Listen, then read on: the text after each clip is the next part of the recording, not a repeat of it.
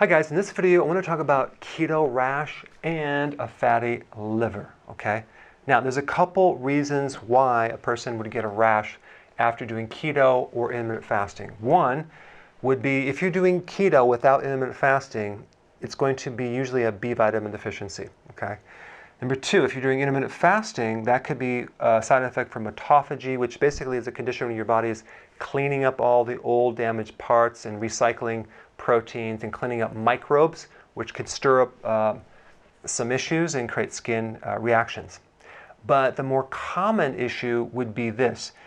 Your liver is fatty and you don't have the capacity for full liver function, okay? So it's limited in capacity to work correctly. So when you do keto and intermittent fasting, the requirements for B vitamins go straight up. Okay, so you're going to need more B vitamins, and if you don't produce those B vitamins, you could then end up with certain side effects. The main B vitamin I'm talking about is choline. Choline works to prevent a fatty liver, and it's great to reverse a fatty liver.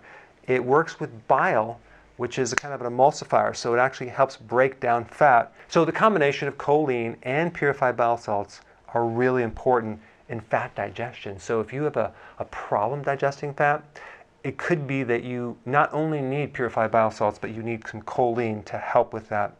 So choline is a super liver cleaner. It's great for hemorrhoids, certain types of constipation, and especially if you have difficulty digesting fats. And what's ironic is, guess where you get choline? Eggs, egg yolks, and beef liver. Now you would think consuming these fats would give you more fat, but that's not where this fatty liver came from. It came from either alcohol or carbs, sugar. And the gut flora, the friendly bacteria in your gut, is essential in determining if you're going to absorb the choline in the first place. So if you have a history of constipation or taking antibiotics, you want to make sure that you start fortifying your gut with friendly bacteria and fermented foods to make sure you get your absorption of choline. So I know a lot of people are going to ask, what brand of choline, what dosage?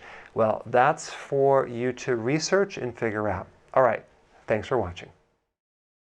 Hey, if you enjoyed this video, press subscribe and I will definitely keep you updated.